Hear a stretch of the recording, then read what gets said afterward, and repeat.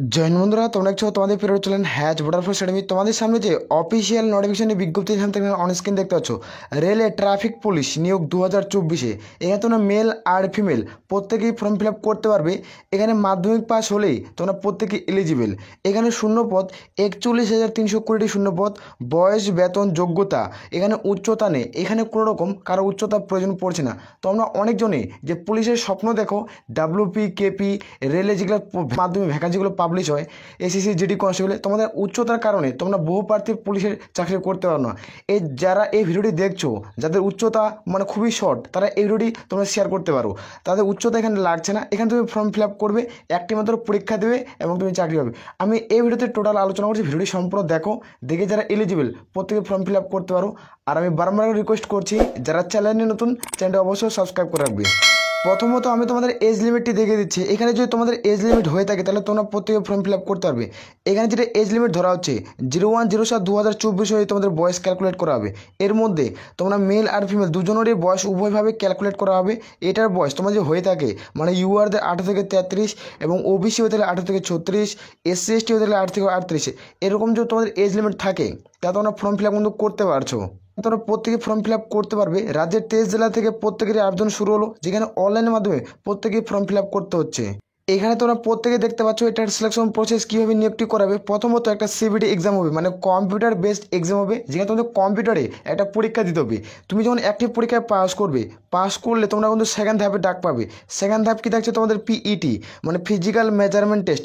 এখানে তোমাদের রানিং থাকবে, যেখানে তোমাদের দৌড়াতে হবে। এই দুটি লাগবে। তোমাদের যেহেতু উচ্চতার প্রয়োজন পড়ছে না, তোমাদের রান করতে হবে।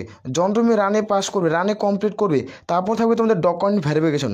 ডকুমেন্ট ভেরিফিকেশন তোমাদের প্রত্যেকটি ডকুমেন্ট অরিজিনাল প্লাস জেরক্স দুটির সাথে যখন তোমাদের ডকুমেন্ট ভেরিফিকেশন হবে, দুটি উভয় মার্কস বিন লাগবেই লাগবে। এইভাবে এটা কিন্তু নিয়োগটি করাচ্ছে। তোমরা যারা যোগ্য বলে মনে করছো তারা প্রত্যেকে ফর্ম ফিল আপ করবে। এখানে এটা সিলেকশন প্রসেস কি তোমাদের দেখে দিলাম।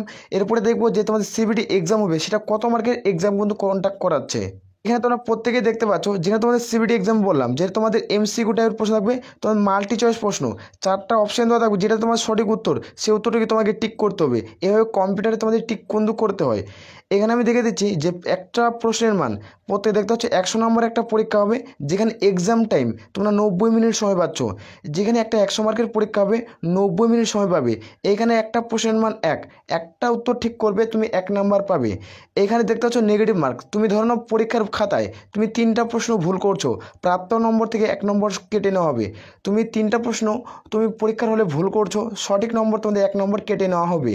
এখানে এক্সাম প্যাটার্ন অর্থাৎ এক্সাম সিলেবাস কী রয়েছে সেটি দেখে দিচ্ছি। এখানে দেখতে পাচ্ছ ম্যাথ থেকে থাকবে তোমাদের 25টা কোশ্চেন, যেখানে জেনারেল অ্যাওয়ারনেস থাকবে 25টা কোশ্চেন, যেখানে জেনারেল সায়েন্স থাকবে 25টা এবং জিআই এবং রিজনিং থাকবে 25টা।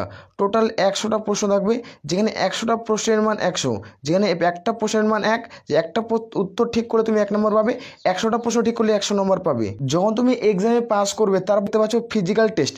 এখানে ফিজিক্যাল টেস্ট প্রত্যেকেই দিতে হবে। ফিজিক্যাল টেস্ট তোমরা মেল আর ফিমেল প্রত্যেকেরই থাকছে। এখানে ফিজিক্যাল টেস্ট কি তোমাদের রানিং করতে হবে। রানিংটি কী থাকছে সেটি দেখে দিচ্ছি। এখানে দেখতে পাচ্ছ মেলের ক্ষেত্রে, যারা মেল মানে পুরুষ প্রার্থী, তাদের ক্ষেত্রে তোমাদের দেখতে পাচ্ছ যে 2 মিনিটে 100 মিটার মাঠ কভার করতে হবে 35 কেজি বহন নিয়ে। 35 কেজি বহন থাকবে, যেখানে 100 মিটার মাঠ 2 মিনিটে কভার কিন্তু প্রত্যেকে কম বেশি করে নিতে পারবে।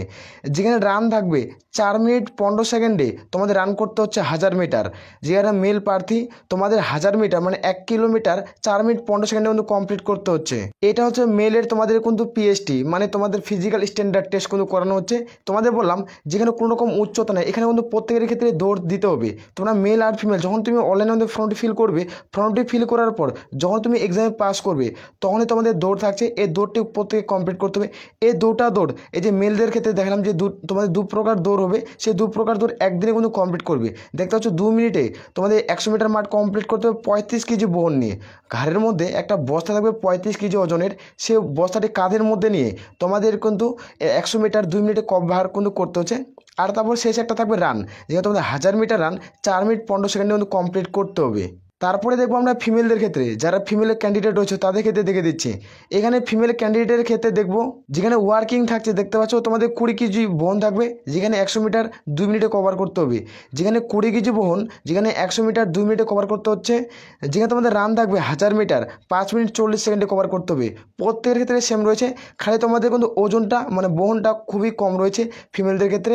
আর ছেলেদের ক্ষেত্রে 35 কিলো, আর তোমাদের ফিমেলদের ক্ষেত্রে কিন্তু 20 কিলো। এই বজনটা আমাদের 100 মিটার মার 2 মিনিটে কভার করতে হচ্ছে। আর এখানে তোমার 4 মিনিট 15 সেকেন্ড ছিল ছেলেদের ক্ষেত্রে, আর এখানে মেলদের ক্ষেত্রে 5 মিনিট তোমরা 40 সেকেন্ডে কিন্তু পুরোপুরি মাঠটা কমপ্লিট করতে হবে। তারপরেই তুমি ডকুমেন্ট ভেরিফিকেশনে ডাক পাবে, তোমার 3 নম্বর স্টেপে ডাক পাচ্ছ। এখানে যখন তুমি পাস করে তখন তুমি জয়েনিং পেয়ে যাবে। প্রত্যেক কমপ্লিট করে বুঝতে পারছি। এবার আমি দেখে দিচ্ছি নেক্সট ধাপ। এতে যাওয়ার আগে প্রথমে আমি অফিসিয়াল নোটিফিকেশনটি তোমাদের দেখে দিচ্ছি। এখানে তোমরা প্রত্যেকে দেখতে পাচ্ছ government of India ministerial of railway recruitment board, যেখানে তোমাদের কিন্তু পাবলিশ করছে আরআরবি রিক্রুটমেন্ট। এটা কিন্তু কন্ট্যাক্ট করেছে। এটা হলো একটা এক্সাম ক্যালেন্ডার। তোমরা জানো প্রত্যেকেরই একটা এক্সাম ক্যালেন্ডার থাকে, যেমন আরআরবি তোমাদের এক্সাম ক্যালেন্ডার জারি করছে, এবং এসএসসি জিডির একটা এক্সাম ক্যালেন্ডার জারি হয়, যেখানে এসএসসি অফিসিয়াল ওয়েবসাইটে এইভাবে প্রত্যেকটা এক্সাম ক্যালেন্ডার জারি তোমরা প্রত্যেকে কম বেশি জানো। এখানে দেখে দিচ্ছি তোমাদের লেভেল 1, অর্থাৎ লেভেল 1-এর যেটা শূন্যপদ ছিল সেই শূন্যপদটি অক্টোবর মাসে ফর্ম ফিল আপ শুরু হবে। আরটি তোমাদের থাকছে মিনিস্ট্রিয়াল, এই শূন্যপদটি তোমাদের ডিসেম্বরের মানে শুরু হবে। এই শূন্যপদ দুটা শূন্যপদ, একটা অক্টোবরে শুরু হচ্ছে তোমাদের লেভেল 1-এর শূন্যপদে তোমাদের ফর্ম ফিল আপ শুরু হবে, আর এই শূন্যপদটি মিনিস্ট্রিয়ালে তোমাদের কিন্তু ডিসেম্বর মাসে ফর্ম ফিল আপ শুরু হচ্ছে। তোমরা মেল আর ফিমেল এগুলো পদের ক্ষেত্রে আবেদন কিন্তু করতে পারবে। এই নোটিফিকেশনটি আমাদের টেলিগ্রাম চ্যানেলে পেয়ে যাবে। এটা এক্সাম ক্যালেন্ডারটি, সেখান থেকে তোমরা চেক আউট করে নিতে পারো। এটা হলো জেনারেল একটা নোটিফিকেশন, তোমাদের এক্সাম ক্যালেন্ডার পাবলিশ হয়ে থাকে। সেই মোতাবেক আমি তোমাদের ড্যাশবোর্ডে ক্লিয়ার করে বুঝাচ্ছি। তুমি যদি চাকরি করতে চাও তাহলে এখন থেকে প্রিপারেশন নিতে হবে, তারপরে তুমি সাকসেস হতে পারবে। কারণ 2024 তোমার জন্য খুবই গুড নিউজ বলতে পারো। কারণ 2025-এ এইরকম এক ভ্যাকান্সি কিন্তু দেখতে পাবে না। কারণ যে ভ্যাকান্সিগুলো 2024-এ তোমরা দেখতে পাচ্ছ, 2025-এ এরকম ভ্যাকান্সি পাবলিশ হবে না। খুবই কম সংকীর্ণ ভ্যাকান্সি কিন্তু থাকবে। এইখানে তোমরা প্রত্যেকে দেখতে পাচ্ছ, এখানে যেটা আমি বললাম যে মেল আর ফিমেল প্রত্যেকে আবেদন করতে পারবে। এখানে এই পোস্টের ক্ষেত্রে তোমরা প্রত্যেকে কিন্তু এলিজিবল এই পোস্টের ক্ষেত্রে থাকছো। এখানে যারা মাধ্যমিক পাস করবে তারাই ফর্ম ফিল আপ করতে পারবে, শুধুমাত্র মাধ্যমিক পাস।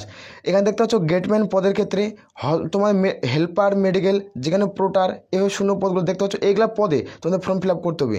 এখানে তোমাদের মনে যেগুলো প্রশ্ন থাকছে আমি ক্লিয়ার করে দিচ্ছি। হসপিটাল অ্যাটেন্ডেন্ট, সুইপার, তোমাদের কাপ প্রোটার, যেখানে অ্যাসিস্ট্যান্ট পয়েন্টম্যান, তারপর থাকছে তোমাদের এই সমস্ত পদে তোমাদের মনে একটা প্রশ্ন থাকবে, এই যে আমি পদগুলো দেখালাম এই পদগুলো কি আমি কি একবারে আবেদন করতে পারবো? যে কোনো একটি পোস্টে তোমাদের ফর্ম ফিল আপ করতে হবে। তুমি টোটাল পোস্টগুলোতে আবেদন করতে পারবে না। যে কোনো তোমাদের একটা পোস্টে ফর্ম ফিল আপ করতে হচ্ছে, যেখানে তুমি যে পোস্টে এলিজিবল সে পোস্টে তুমি ফর্ম ফিল আপ করবে। তুমি সবগুলো পোস্টে ফর্ম ফিল আপ করতে পারছো না। তোমাদের আমি প্রথমে দেখে দিলাম যে রেলওয়ে লেভেল 1 গ্রুপ ডির শূন্যপদ, যে একটা 10 পাসের ভ্যাকান্সি থাকবে, একটা আইটিআর ভ্যাকান্সি থাকবে। যারা 10 পাসের পাশাপাশি আইটিআই করছো তারা ফর্ম ফিল আপ করতে পারবে। এখন তো তুমি মাধ্যমিক করছো, মাধ্যমিকের পর তুমি আইটিআই করছো, 2 বছরের কোর্স হয় আইটিআইটি, সেই কোর্সটি তোমার কমপ্লিট করা আছে, তাহলে তুমি এই সমস্ত পদে আবেদন করতে পারছো।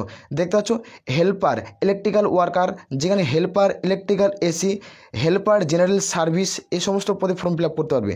যেখানে দেখতে পাচ্ছ ট্রাক মেকানিক্যাল গ্রেড 4, যেখানে তোমার হেল্পার সিভিক তোমাদের মানে ওই পদে নিয়োগ করাচ্ছে। এখানে তারপর নিচে স্কিল ডাউন আসলে তোমার দেখতে পাবে যেখানে ইলেকট্রিক্যাল পাওয়ার, যেখানে হেল্পার ট্রাক মেকানিক্যাল, যেখানে হেল্পার ট্রাক টেলিকমিউনিকেশন, যেখানে হেল্পার এসএমটি, এই সমস্ত শূন্য পদে তোমরা প্রত্যেকে ফর্ম ফিল আপ করতে পারবে। এসএমটি থাকছে হেল্পার, তারপর থাকছে তোমাদের সিগন্যাল। এই যে আমি টোটাল পদগুলো নিয়ে আলোচনা করলাম, এই সমস্ত পদে তোমরা প্রত্যেকে ফর্ম ফিল আপ করতে পারবে। এই যে তোমরা এই সমস্ত পদ, এগুলো তোমার আইটিআর শূন্যপদ, যারা আইটিআই করে মাধ্যমিকের পাশাপাশি আইটিআই করছে তারা এই সমস্ত ফর্ম ফিল আপ করতে পারছে। আর যারা মাধ্যমিক পাস করছে তাদের ক্ষেত্রে আমি দেখে দিলাম যে গেটম্যান পদ, এগুলো সমস্ত পদে তোমরা আবেদন করতে পারবে যারা মাধ্যমিক পাস। তোমাদের কিন্তু ট্রাফিকের এগুলো কাজ দেখতে পাচ্ছ, তোমাদের কিন্তু ট্রাফিকের এগুলোর কাজ কিন্তু পড়বে যারা এই সমস্ত পদে আবেদন করবে। আমি টোটাল এগুলোতে আলোচনা করলাম। তোমরা যারা যোগ্য প্রত্যেকে ফর্ম ফিল আপ করতে পারো। তোমাদের অক্টোবর মাস থেকে ফর্ম ফিল আপ শুরু হচ্ছে। আমি টোটাল তোমাদের সিলেবাস সম্পর্কে খুব দ্রুত আলোচনা করে বিস্তারিত হতো। তুমি সিলেবাস সম্পর্কে যে ভিডিও চাও তাহলে কমেন্ট করে জানাতে পারো।